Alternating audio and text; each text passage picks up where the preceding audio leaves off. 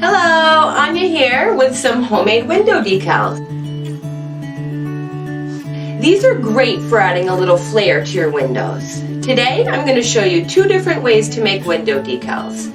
The decals on the top row were made using cookie cutters, and the decals on the bottom row were painted.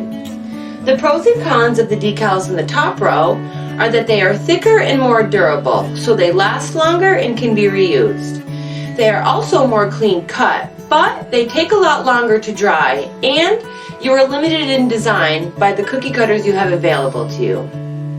The pros and cons of the decals in the bottom row are that they are much thinner, so they're not very durable, but the design possibilities are endless and they dry much faster. I'm going to recommend trying both methods because both are fun and rewarding and both look great on windows. For homemade window decals, you are going to need glue, and I recommend a glue that dries clear so you get that stained glass effect. You will also need dish soap and food coloring, and this is what you'll use to make your mixture. You will also need cookie cutters if you choose the cookie cutter method, or paintbrushes if you choose the painted method. And you will also need plastic bags. I recommend the gallon size. First, you're going to need to make your glue, dish soap, and food coloring mixtures. For each color, I just use 2 tablespoons of glue, 2 drops of dish soap, and 2 drops of food coloring, and then stir them together.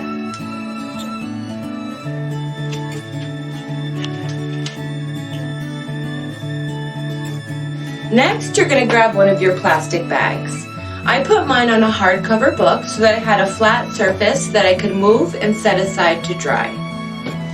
If you're using cookie cutters, you're going to take one of your mixtures and spoon some in a cookie cutter. You aren't going to want too thick of a layer because it will take a really long time to dry, or it might get too thick or bulky to hang on the window, so just a thin layer. Also, don't be afraid to make them nice and colorful and put a few different colors in the same cookie cutter. If you're going to paint them on, you're going to want to make sure you have a nice thick coverage of paint.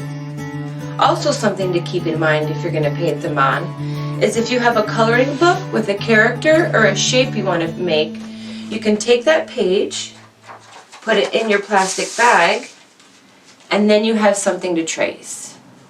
Once you've finished painting or pouring, you're going to want to set your book or whatever you chose aside and let them dry. For the cookie cutters, it might be a couple of days. For the painted decals, it might be a couple of hours. You'll know when your pieces are dry when they have a stained glass appearance to them. Your painted decals will definitely dry first, and those you'll be able to just peel off your bag. Your cookie cutter decals, you'll need to pop out of your cookie cutters, and this should be pretty easy to do if everything is completely dry.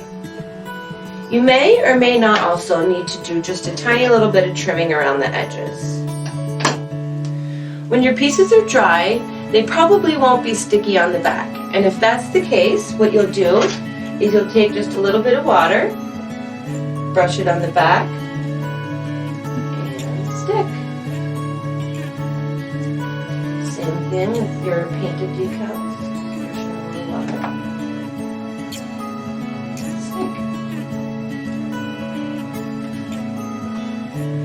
Thank you for joining me today. I hope you have a lot of fun adding flair to your windows using homemade window decals. Bye!